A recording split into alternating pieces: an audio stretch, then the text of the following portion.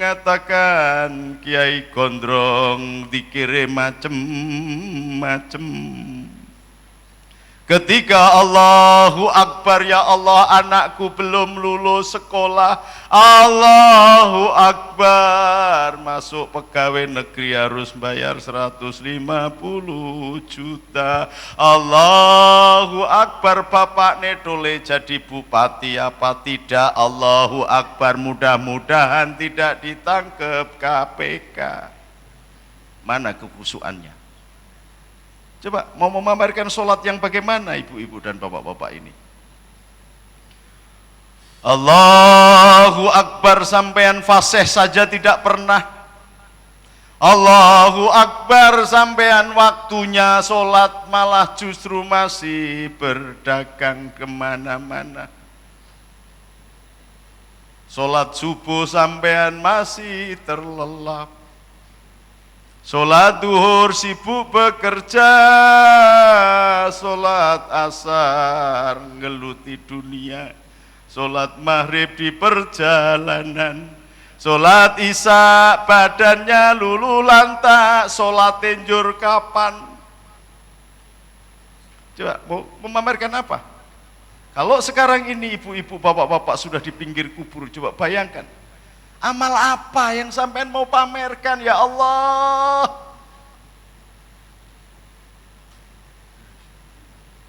Sodakoh wala yuqbalu amalu fihi miqdaratin minariya. Tidak bakal diterima sodakohnya seseorang yang di dalamnya ada satu biji sawi bernama riya. Siapa yang bisa beramal dengan ikhlas?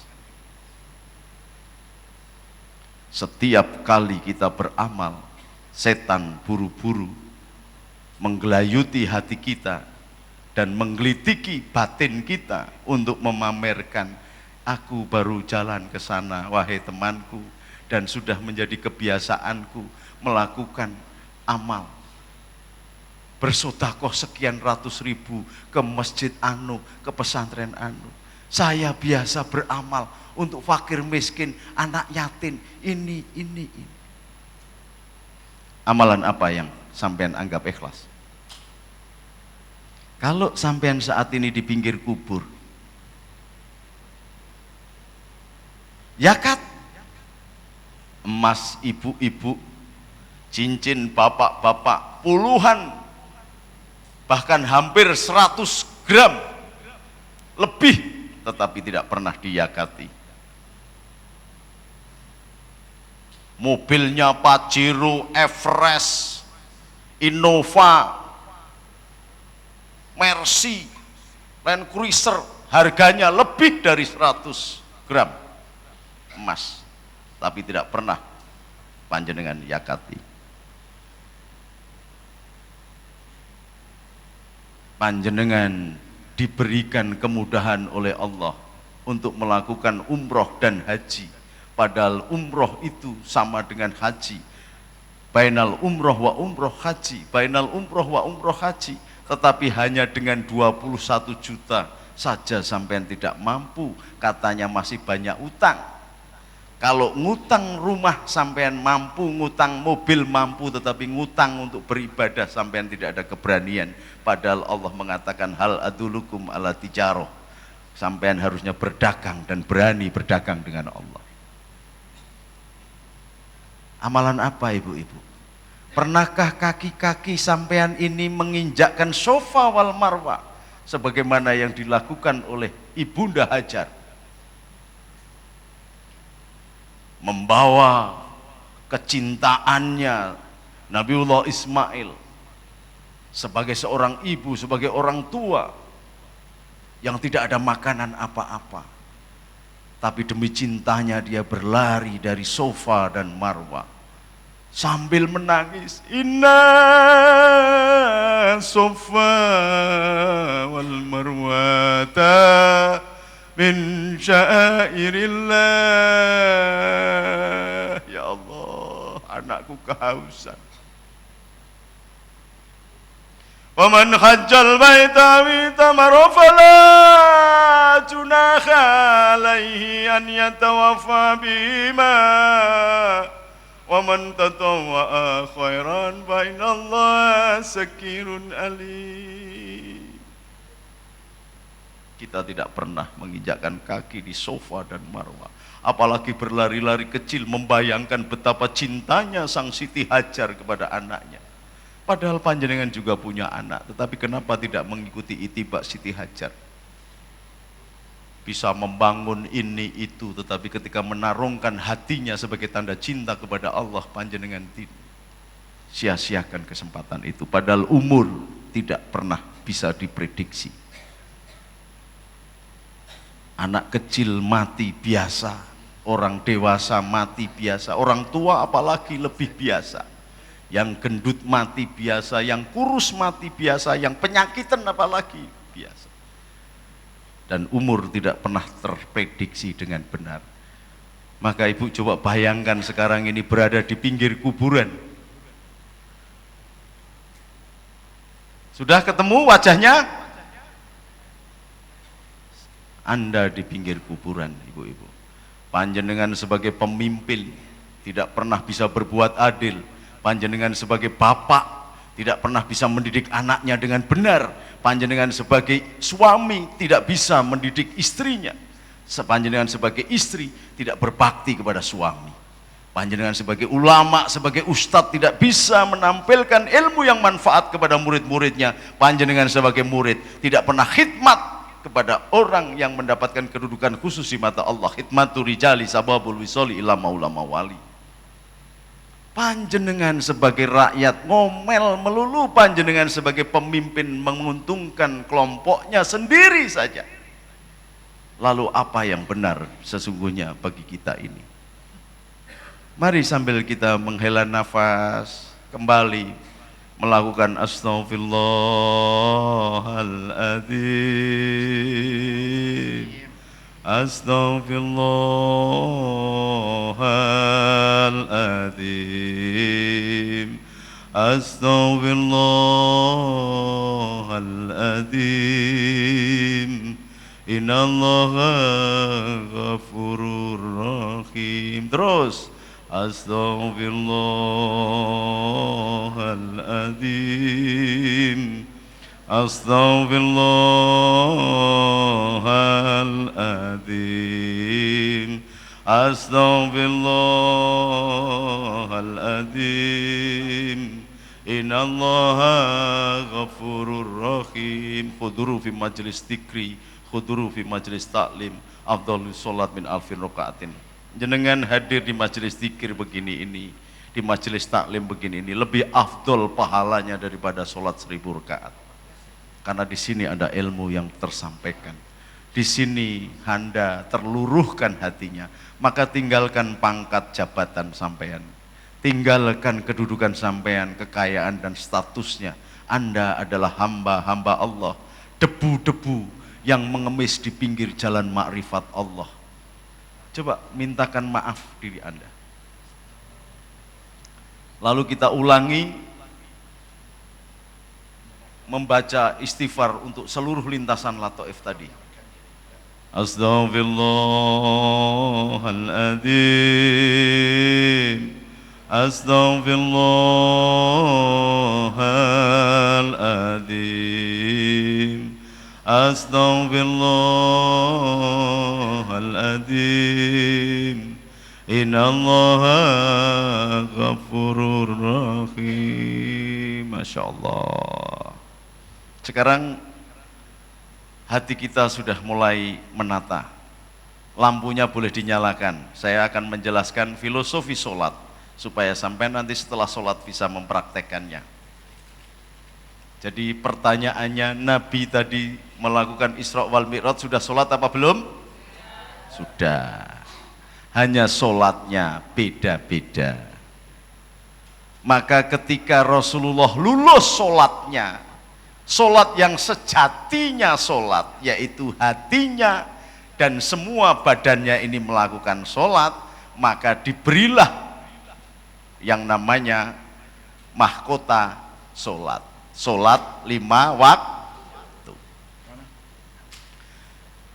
Ketika kita mengadakan sholat, kenapa tidak pernah khusyuk? Karena kita tidak paham bagaimana memecat roh tadi, kekhusyuan tadi. Maka coba bayangkan, sholat Rasulullah Muhammad itu orang yang terpuji.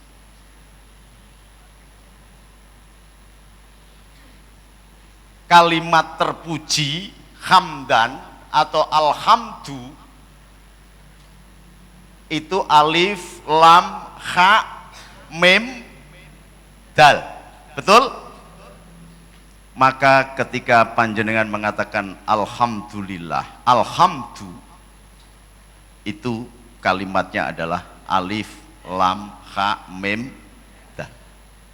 Kepada siapa? Ini ditujukan kepada Allah. Ketika ini mengatakan alhamdulillah, maka prakteknya adalah alif lam kita berdiri menghadap kiblat dengan mengangkat tangan. Allahu Akbar. Tangannya ini membentuk alif lam. Kalau digandeng jadi lillah. Inilah yang disebut lafaz alif lam ini melambangkan sifat api kita. Manusia itu berasal dari api. Oleh sebab itu dilambangkan di tangan kanan ini mewakili 18 kebaikan. Coba lihat itu telepek tangannya itu. Ini huruf Araf namanya 8, angka 18. Maka ketika sedekap itu apa bahasa Indonesianya ya? Sedekap, ini yang ditutup adalah pusar ini. Ini melambangkan keburukan kita. Jumlahnya berapa? 81. Maka keburukan ditutup dengan kebaikan. Ini filosofinya. Setelah mengangkat tangan lillahi ta'ala, ini adalah konsep taslim. Maka kita disebut muslim karena kita mengangkat tangan. Allahu Akbar ucapannya iqraru bilisan.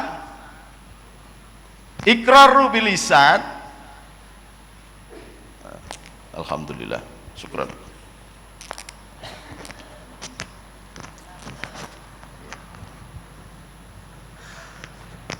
Alhamdulillah.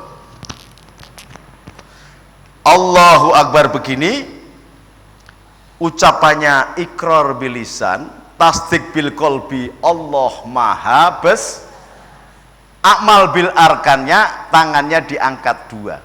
Kalau ngangkat 1 itu maknanya beda. Dadah, godain saya dong. Maka angkatnya 2. Ini disebut pasrah. Inilah yang disebut taslim. Taslim ini perwejawantahan dari Hanifah muslimah wa ma'ana minal musyrik. Ini taslim. Maka Allah kemudian berkewajiban dalam tanda petik mengutuslah sang Mesias. Juru selamat dalam bahasa Arab disebut alaihi salam.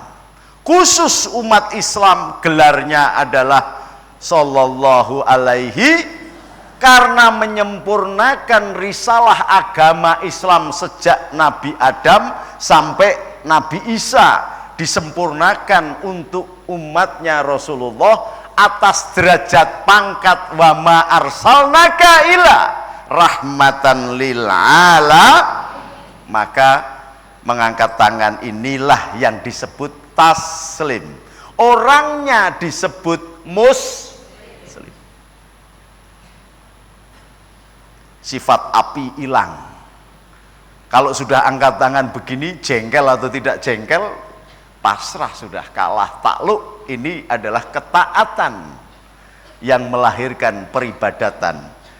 Peribadatan inilah yang melahirkan ketakwaan. Tidak ada ketaatan maka tidak ada peribadatan. Tidak ada peribadatan maka tidak ada ketakwaan. Maka ketika sampean ngangkat tangan, sama-sama ngangkat, diniati betul Allahu Akbar. Jadi terbiasa. Oke? Boleh begini boleh. Boleh begini boleh. Ada yang begini malahan. Saya tanya, loh kenapa begitu? Hati ini kan berat, harus diangkat begini.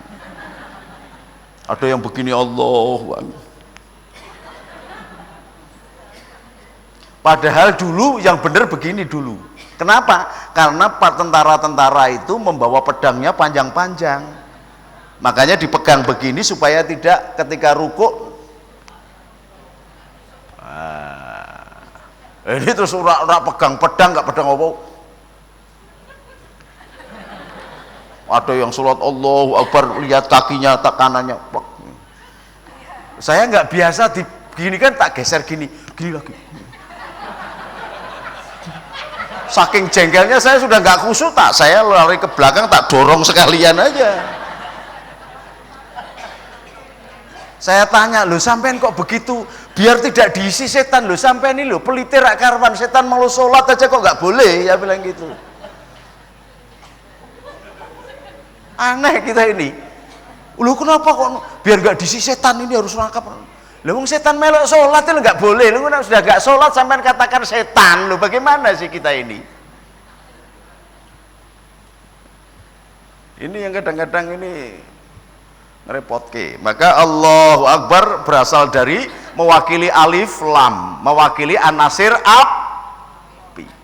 Maka kalau engkau marah, wudulah dan sholat, setannya akan hilang karena apinya hilang. Kenapa? Karena di dalam kolbi tadi ada yang bernama fuad, di dalam fuad ada yang namanya nafsu, di dalam nafsu ada yang namanya roh. Jadi setan itu ada di dalam diri kita sesungguhnya, masuk dan ikut beredar sepanjang urat nadi dan urat peredaran darah ini. Maka ketika sampean pergi dari rumah, pamit kepada suami, kepada istri untuk iktikaf di sini, masya Allah, setan langsung mati sudah. Ambil air wudhu, makin terantai. Kok mendengarkan pengajian karena tolabul ilmi, masya Allah, setannya kelepek. Tapi pulang dari masjid Sunda Kelapa, balik lagi. Gusti Allah hanya ditemukan di dalam masjid. Di rumah isinya iblis sama jin. Makanya ketika Oma Irama mau mencalonkan diri jadi presiden, sekalianlah Julia Perez jadi menteri Kesra. Datang ke pesantren saya, Oma Irama, Gus saya minta restu untuk jadi presiden. Oh nggih, silakan saya usul nggih Mas Oma, nanti Julia Perez jadi Menko Kesra. Loh kenapa begitu Gus? Karena Indonesia masih banyak orang miskin, jadi buat beli susu nggak bisa, ya sampai nanti merintahkan Julia Perez nyusoni bayi sak Indonesia gitu lumayan. Allahumma sholli ala Muhammad. Allahu Akbar. Anasir apa? Api. Kemudian setelah membaca surat dan sebagainya kita rukuk. Subhana rabbiyal azimi wa bihamdi, subhana rabbiyal azimi wa bihamdi. Mulutnya mengatakan subhana rabbiyal azimi wa bihamdi. Di dalam hatinya mengatakan, ya Allah, Engkaulah zat yang maha agung dan aku mengagungkan Engkau. Ikrar bilisan, tasdik bil qalbi, mengagungkan Allah. Akmal bil arkan, kita jengking. Jengking ini pekerjaan yang jember, memalukan, nista. Makanya orang Arab kalau diusek-usek kepalanya seneng, diwerwol jenggotnya seneng, dipegang bokongnya ngamuk. Oh, jadi kalau orang se-Jawa beda. Orang Jawa, orang Indonesia ini nek salaman cium tangan. Kok kemudian wong Jawa salaman cium tangan terus nguyek-nguyek ke gundule kiainya gitu. Oh, bisa kualat itu. Tapi nek di Arab sana enggak, begitu salaman begitu wis nguyek-nguyek cium pak bathuke gitu, jenggotnya diginikan seneng.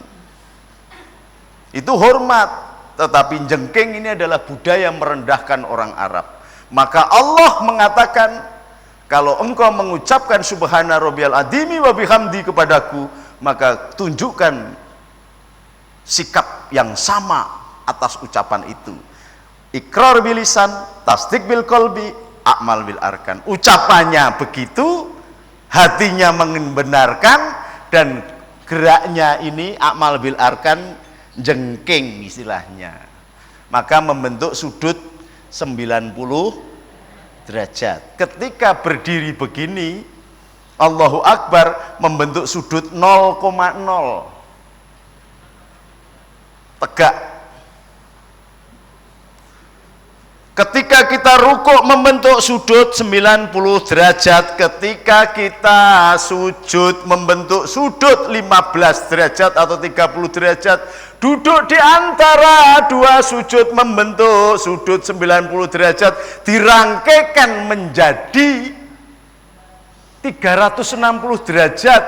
Maka ketika seseorang sholat, melakukan sholat dan gerakan begini, dia memiliki energi kinetik sebanyak 40 megahertz. Kecepatannya sama dengan kecepatan bumi mengelilingi matahari di dalam galaksi Bima Sakti kita. Ketoke sampean cuman sholat, tetapi Allah menggerakkan sampean, menggerakkan ibu-ibu dan bapak-bapak ini dengan kecepatan sama dengan kecepatan bumi mengelilingi matahari. 40 MZ. Medan magnetnya itu gelombangnya panjang. Maka semakin sampean merentuh, sampean semakin merenyuh, sampean semakin mengeluh, sampean semakin menghibah kepada Allah. Subhana rabbiyal adzimi wa bihamdi.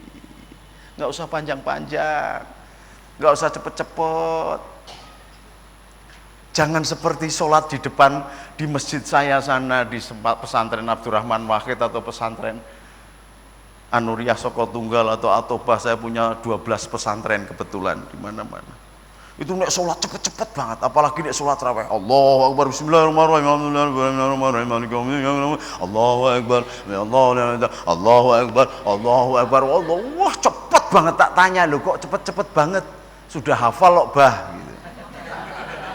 Malah ada imam yang mengatakan begini, ini mau cepet apa lambat? Loh, sholat kok kayak ono speedometer gitu, gimana ini?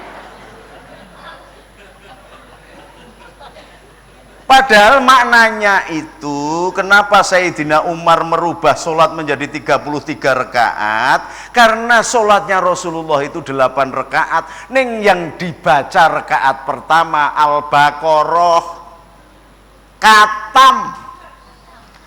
Rukuknya Nabi itu lebih panjang daripada bacaan katam Al-Baqarah. Sujudnya Nabi lebih panjang daripada rukuknya. Sayyidina Umar berpikir praktis, iki engko nek tekan zaman Sunda Kelapa masjidnya, oh bubar iki. Maka dirubah jadi 23 tambah witir, tetapi menggunakan surat-surat pendek. Itu loh. Lah kok sekarang sampai Sunda Kelapa kok malah jadi super express. Allahu Akbar. Bismillahirrahmanirrahim. Alhamdulillahirabbil alamin. Maliki yaumiddin. Iyyaka na'budu wa iyyaka nasta'in. Shiratal mustaqim. Shiratal ladzina an'amta 'alaihim ghairil maghdubi 'alaihim waladdallin. Amin. Bismillahirrahmanirrahim. Yasin. Allahu Akbar. Ya Allah. Allah. Ya boleh begitu, tapi ya kebangetan to, Dul.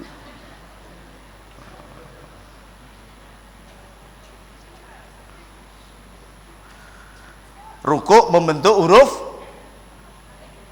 Membentuk huruf apa? Gini ini apa gini? L kok jengking begini loh, sampai ini kok kebangetan. Huruf H.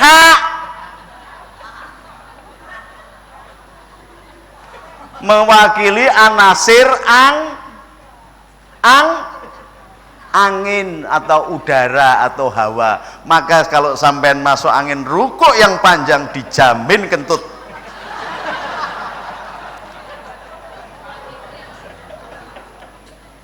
Loh, bener itu. Al mubadiru kanu ikhwanu sayatin, wis disugati, kalau nggak diminum nanti dikira mubadir. Mubadir itu koncone setan. Masa tukang ceramah kok koncone setan? Wis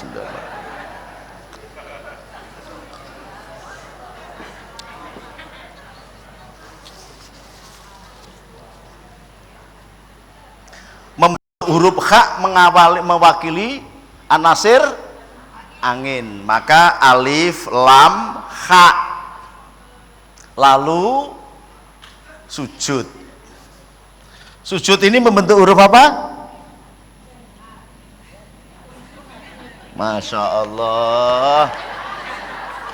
Kok begitu kok kemelinti iktikaf ngono ki lho, kepiye to ki jan-jan iki.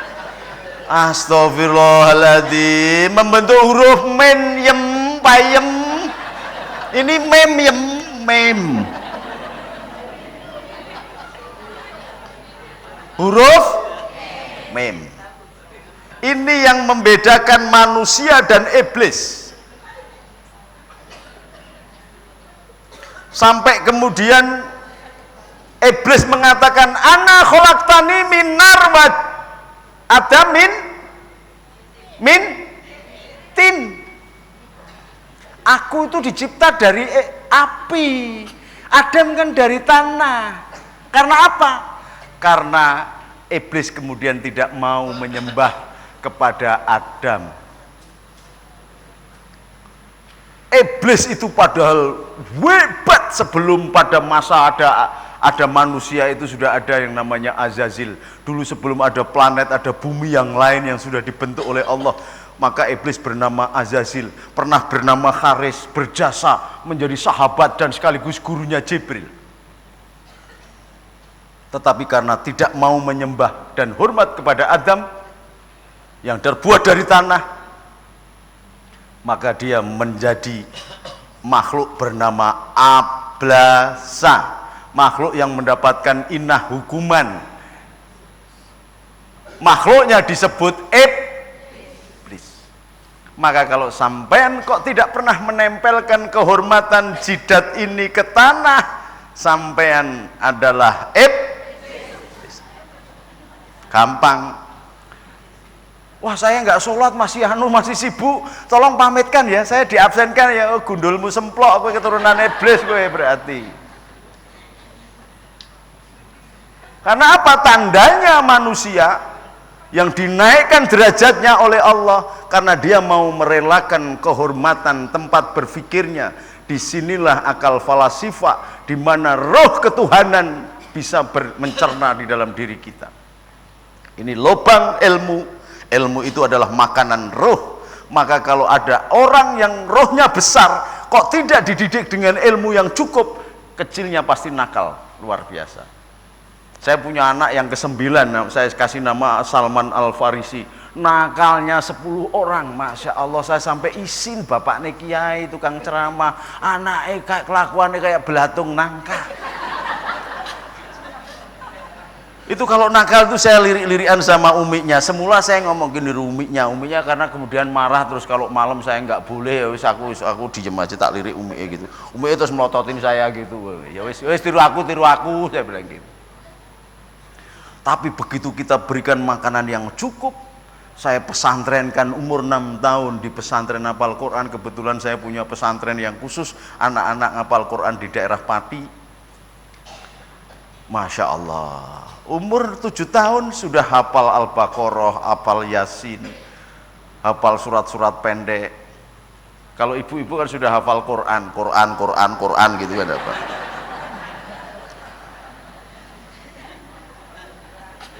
Dan jadi tenang. Maka kok ada tetangga sampean kelakuannya comel, tukang ngerasani petingkah, pelampitan, itu pasti tidak pernah ngaji. Kalau ngaji, ruhnya mendapatkan makanan ilmu Allah, maka dia akan tentram. Itulah yang nanti akan dipanggil ya ayyatuhan nafsul mutmainnah irji'i ila rabbiki radiyatan mardiyah fadkhuli fi ibadi fadkhuli jannati. Sampai jam berapa toh ini ceramah iki?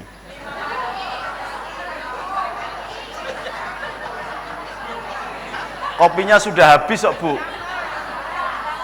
Loh, sampean kok ngomong kopinya nambah-nambah, sampean linggih di situ, saya tukang gawe itu bukan di situ. Nah, gitu rodok anu, itu kan. Potong amplope ra apa-apa, potong amplope lah. Membentuk huruf mim. Ini sudutnya 30 derajat. Coba bayangkan. Maka kalau membaca subhana rabbiyal a'la wa bihamdi, wahai Allah, engkau adalah zat yang maha tinggi. Di dalam hatinya itu, mulutnya mengucapkan subhana rabbiyal a'la wa bihamdi, di dalam hatinya, ya Allah, engkau adalah zat yang maha tinggi dan aku rendah. Ora usah dirasani sedhen wae. Nek mutung ora sida digawe kopi. Diteruskan apa enggak ini? Oh, soal kopi aja.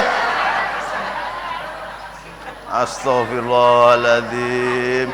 Lu masjid tapi kayak gini, inteleknya kayak gini aja, mental kopi weh.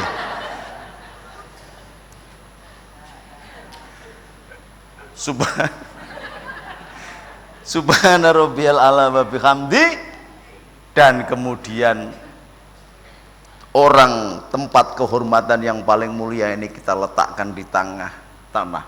Hatta di depannya adalah tungkak-tungkak desa sing do mletek ambune ra enak. Loh, kalau nggak pakai kaos kaki nggak apa-apa. Kaos kaki pas bolong di sininya itu loh. Mas sujud itu bagaimana coba bayangkan. Tetapi karena ini perintah rukun dan menunjukkan kalau tidak dilakukan kita menjadi iblis, maka kita tetap sujud. Kalau sampean sujud pas nenggone sikile wong India atau orang Pakistan, mohon maaf ini yang kalau Pakistan sudah di Indonesia sudah wangi-wangi lah. Tapi kalau asli Pakistan India yang langsung umroh sana, wambune mbek wedhus ya apik wedhus e. Astagfirullahaladzim. Ya Allah Gusti, kula mboten ngenyek nambah sampean sing saking Pakistan lho Gusti. Tapi betul, bener itu. Masya Allah, saya itu sampai meh muntah-muntah ki sing dibadhok apa to ki. Tetapi karena ini rukun yang harus kita lakukan sebagai bentuk between antara manusia dan iblis, maka kita akan melakukan dengan sujud subhana rabbiyal a'la wa biham, sekaligus kita merenung. Maka membacanya jangan cepet-cepet, boleh 11 kali, 9 kali begitu loh. Jangan subhana rabbiyal a'la wa bihamdi satu kali tok langsung munggah. Aduh ya Allah Gusti. Nanti iktikaf setelah ini sholat, coba latihan sholatnya. Di tanah inilah Allah menunjukkan kebesarannya. Maka Allah akan marah ketika tanah diperlakukan tidak benar oleh manusia. Alhamdulillah. Jadi waktu saya ada di pesantren dulu, saya diajari kiai saya rodok nyelalek gitu. Gus tak kandani ini ada hadis baru. Lu hadis kok baru pripun to kiai? Wis to, kowe rungokno. La yarudul naum ila gahwa, tidak bakal bangun seseorang kecuali kopi, diminumi kopi gitu. Aja tiru-tiru, ini kiai makanya jadinya kiai kayak saya ini rapat jelas kiai apa ndak gitu loh ya toh. Sampeyan aja tiru-tiru, ini hadis pesantren sing. Saya pernah ngandani ibu saya dulu nyusur begitu. Golek ke ayate rak bingung, golek ke hadisnya bingung. Padahal nyusur ini kan budayanya Arab-Arab Yaman itu. Sampai di sepanjang bandara itu dubang dok, kayak orang Irian itu kan begitu kan, satu keturunan itu orang Yaman, orang Irian Itu satu keturunan, hampir satu keturunan. Dubang banyak gitu.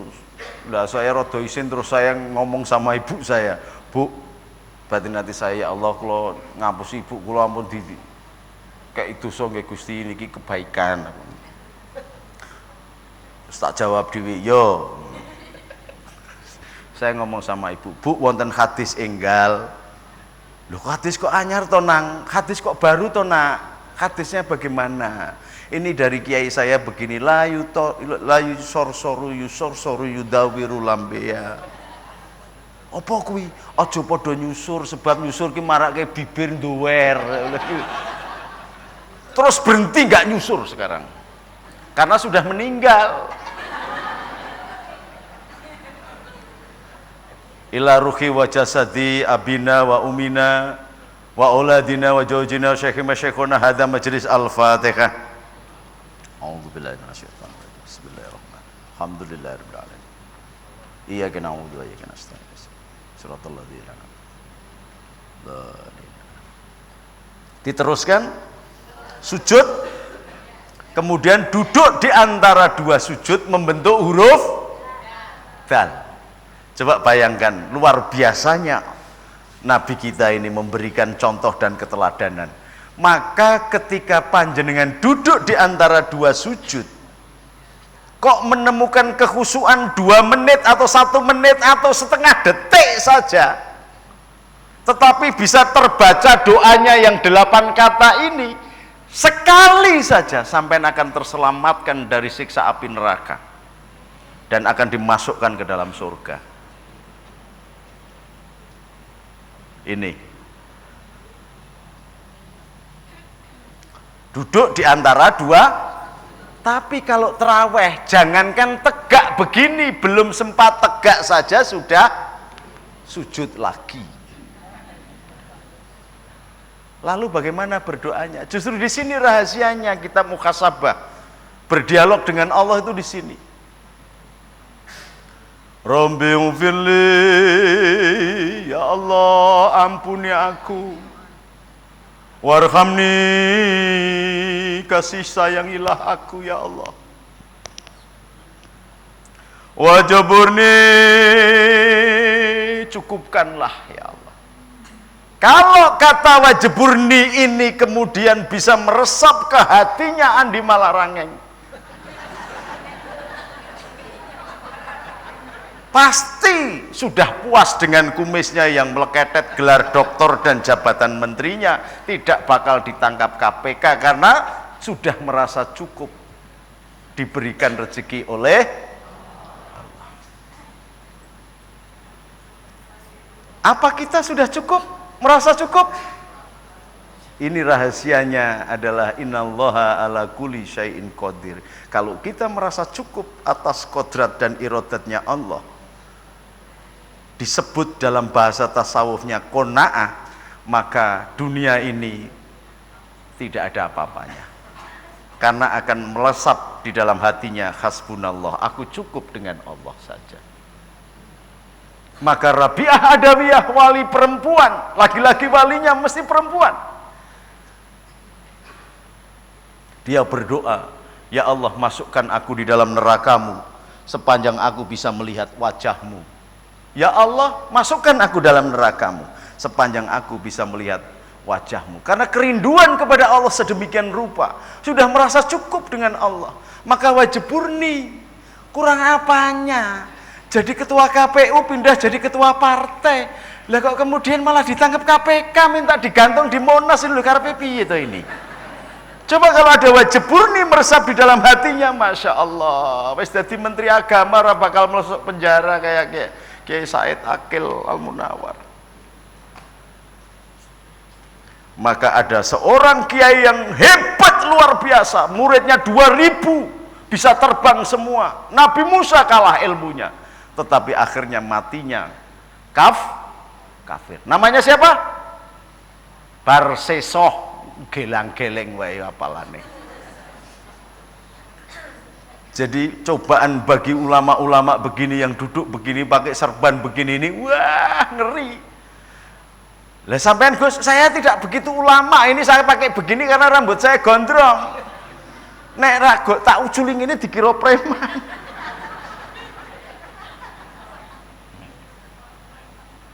Itu loh persoalannya. Tapi Nabi sendiri rambutnya panjang 40 cm. Kalau nggak percaya lihat di Museum Mesir.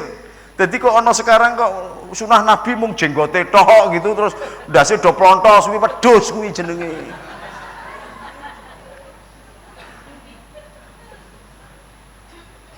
Lihat itu waktu di TV Sayyidina Umar gondrong. Saya nggak ngalem sing gondrong-gondrong loh. Saya kebetulan memang gondrong, nek aku rambutnya pendek kayak preman malah. Satpam lah kayak satpam. Jadi wajib murni. Tanda kecukupan kita. Seandainya semua pemimpin manusia yang ada di Indonesia ini merasa cukup, dia tidak perlu melakukan penyuapan-penyuapan. Dan bahkan tidak perlu berebut mendapatkan jabatan.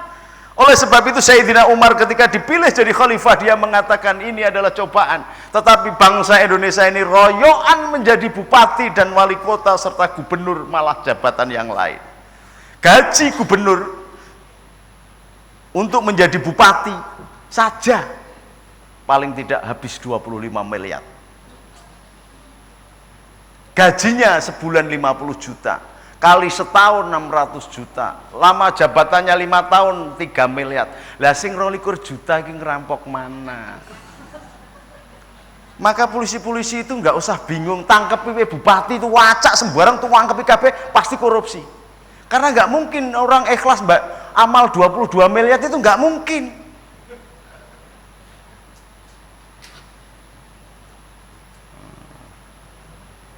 Wajib murni. Rabbi ufirli warhamni wajaburni warfa'ni. Ini rahasianya. Warfa'ni karena apa? Coba dilihat itu.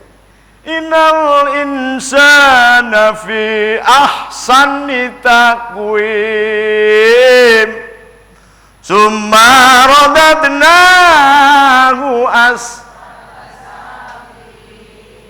nek gelem nglakoni salat. Di sini Allah menunjukkan apakah engkau sudah muhasabah melakukan perhitungan-perhitungan apa belum. Di sini ketika duduk di antara dua sujud kok sampean khusyuk di situ, masya Allah. Warfa'ni, kenapa kita meminta doa warfa'ni? Karena ketika pitik ngendok min silitil ayam, yang keluar dari silit ayam itu namanya telur, dijual ke pasar langsung payu laku. Jajal benih bojone sampean itu plastiki diderke ning pasar, benih sampean pasti dilempar bat. Apakah sampean di dalam sholat itu sampean ingat proses kejadian sampean yang dari air yang jember itu sekarang menjadi cuantik-cuantik, ganteng-ganteng, pintar-pintar, berderajat tinggi? Engkau diingatkan oleh Allah, warfa'ni, angkatlah derajat ini supaya abadi. Diingatkan oleh Allah supaya abadi. Innal insana fi ahsani taqwim summa radatnahu na illal ladina wa amilu falahum. Syaratnya begitu ibu-ibu, bapak-bapak. Ini dialog ini. Kenapa sampean buru-buru harus sujud lagi? Dan kenapa sujudnya juga buru-buru lagi? Takbirnya buru-buru, Fatihahnya cepetnya setengah mati, suratnya pendek banget, ruku'nya pendek banget. Ketika duduk di antara dua sujud pun sampean buru-buru. Untuk apa? Saking bingungnya supaya kelihatan kusuk, bathuknya jeduk-jeduknya di dalam keramik. Kadang-kadang malah dipasangi watu, jadi ono sentolop dua begini. Kayak sokle begitu. Justru di sini dialognya. Inilah filosofi sholat. Kenapa kita sholat meniru Rasulullah SAW? Oleh sebab itu Rasulullah kalau sholat takbirnya lama, rukuknya lebih lama, sujudnya lebih lama, duduk di antara dua sujud lebih lama lagi. Karena di situ ada muhasabah, ada dialog. Maka saat kita sholat, Allah menampakkan wajahnya di depan kita dan kita berdialog. Kita kemudian dinaikkan makomnya jadi makom ihsan. Munculkan, hudurkan, hadirkan di dalam hatimu bahwa engkau melihat Allah, atau sekurang-kurangnya hatimu merasakan bahwa Allah melihat dirimu. Oh, ini duduk di antara dua sujud. Kemudian wajiburni, warfa'ni, warzukni. Ya Allah, berikanlah aku rezeki. Ini kalau waktunya tidak cukup, disambung besok apa dihabiskan sekarang? Sekarang apa disambung besok? Ya wes. Ini sing marahi repot nih. Warzukni ini sesungguhnya marjeknya bukan rezeki yang kita makan ini biasa. Marjeknya warzukni ini adalah innamal mu'minuna idza dzukirallahu wajilat qulubuhum wa idza tuliyat alaihim ayatuhu yatadhum imana wa ala rabbihim yatawakkalun alladzi la yuqimuna sholata wa mimma razaqnahum yunfikun ulaika humul mu'minuna haqqan lahum darajatun inda rabbihim wa maghfiratun wa rizqun karim. Rizqun karim ini adalah makanan dari surga, sebagaimana makanan yang diberikan kepada Sayyidatina Maria. Tandanya bagaimana ibu-ibu, bapak-bapak? Kalau sampai jalan-jalan suatu saat di sebuah warung mandek umpamanya, terus makan, rasanya nikmat banget. Pernah nggak ngalami begitu? Besok, wah sana makanannya enak, warung ada. Balani lagi, yang jual sama, menunya sama, harganya sama, rasanya beda. Pada saat sampean menemukan kenikmatan, itulah makanan dari surga. Karena sesungguhnya surga sudah diturunkan Allah Subhanahu wa ta'ala 1/6 bagian. Maka orang yang calon masuk surga lah yang mencium baunya lebih dengan jarak 500 tahun sudah bisa mencium bau surga dan merasakan rasanya surga. Bahkan ini adalah tanda-tanda taman-taman surga. Kalau sampean bisa mengerti, saat ini malaikat-malaikat rahmat itu menebarkan sayapnya dari Masjid Sunda Kelapa ini sampai ke Ars, membawa dzikir sampean ini. Luar biasa ini. Kalau cuman sekedar kopi 2 gelas nggak masalah. Menjelaskan begini ini angel loh. Anak saya aja nggak bisa jelasin gini. Warzukni itu adalah rezeki dari surga. Jadi bukan rezeki yang bukan rezeki surga. Warzukni. Terus wahdini ya Allah, tunjukkanlah jalan hidupku. Jangan seperti Barseso, semula wali luar biasa, santrinya aja 2000 orang bisa nyebrang lautan, bisa terbang di atas jalan, di atas api bisa, tapi nggak selamat. Wahdini, tunjukkanlah jalan hidupku ya Allah. Kalau awalnya barangkali kurang baik, nanti akhirnya bisa istiqomah.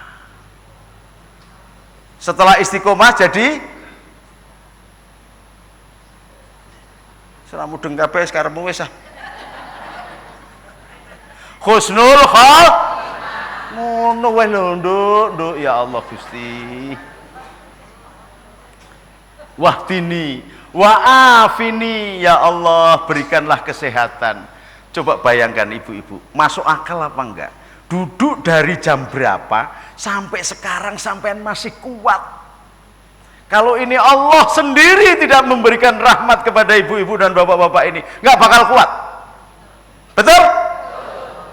Ini menunjukkan Allah hadir di 2/3 malam dan 1/3 dunia menyapa, menjamah sampean. Aja turu sore kaki,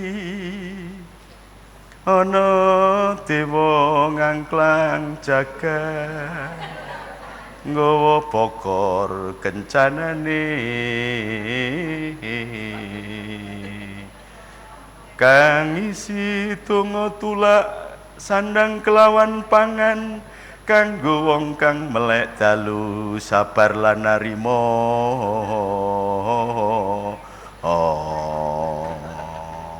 Itu Sunan Kalijogo ketika mau menyampaikan tanazzalul malaikatu waruhu fiha bitni rabbi min kulli amrin salam ya khatamat lail fajr.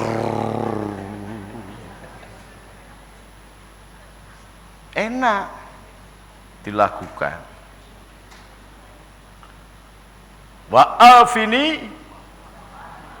Wa'afini berikan kesehatan. Ya Allah, dulu ketika aku miskin sampai berusaha untuk menjadi panitia korban agar bisa mendapatkan jatah daging dari Sunda Kelapa.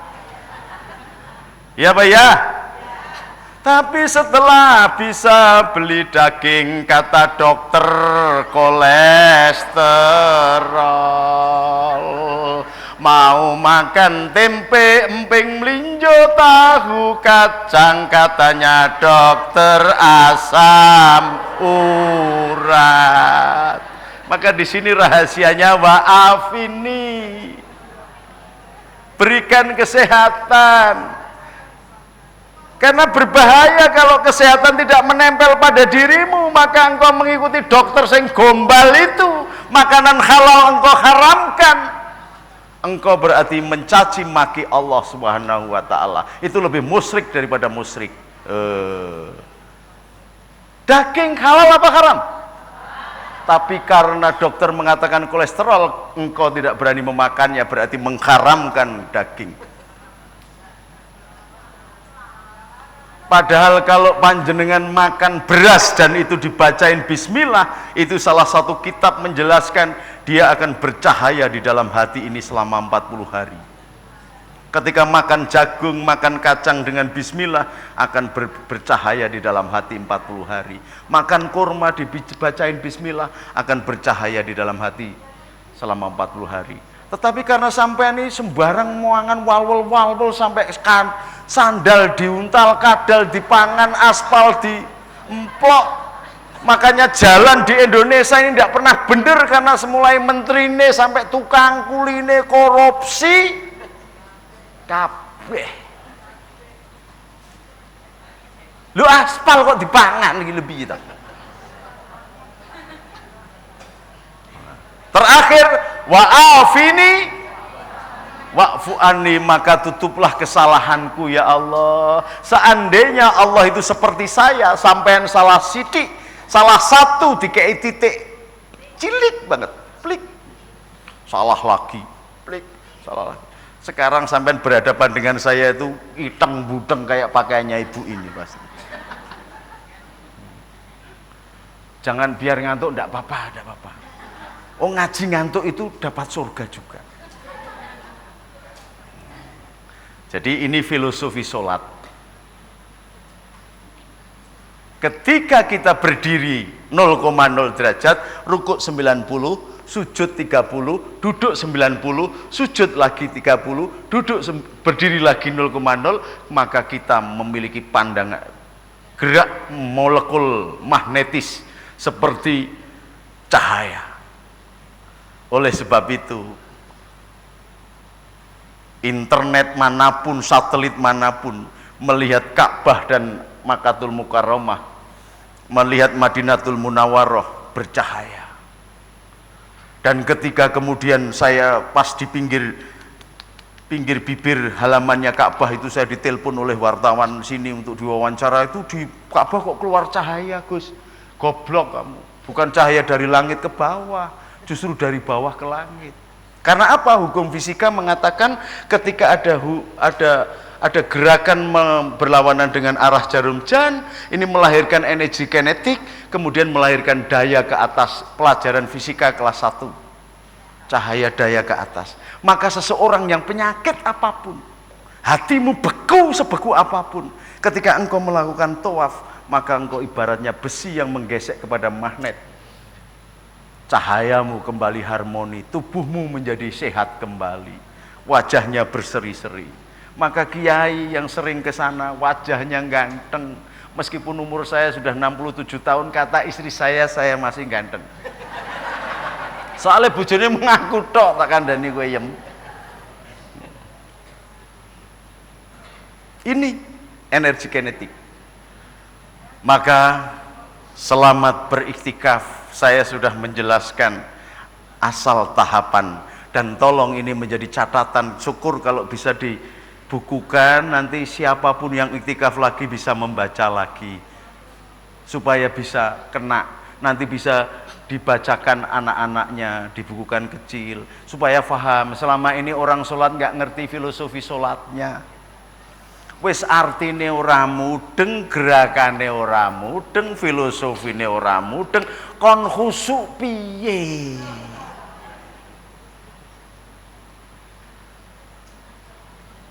Kupat kejegur santen-santene banyune klopo, menawi lepat nyuwun ngapunten, cekap semanten atur kawula. Hanya segini yang bisa saya sampaikan. Kalau ada manfaat semua dari Allah, tetapi kalau ada kekurangan karena kebodohan saya, al-afu minkum. Assalamualaikum warahmatullahi wabarakatuh.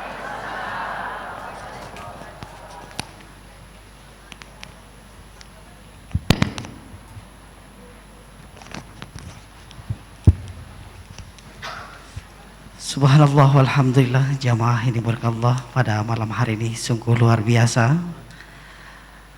Tidak rugi kita hadir pada malam hari ini, menambah kesejukan untuk kita, dan semoga apa yang sudah kita dengar bermanfaat untuk kita semua, dan semoga dengan apa yang sudah kita dengar menjadikan diri kita kalau salat nanti makin khusyuk, dan semoga apa yang sudah dijanjikan, salat adalah mi'rajul mu'minin, nyampe ke dalam hati kita dan kita akan aplikasikannya di kehidupan kita sehari-hari. Kita ucapkan sekali lagi terima kasih kepada Bapak Kiai atas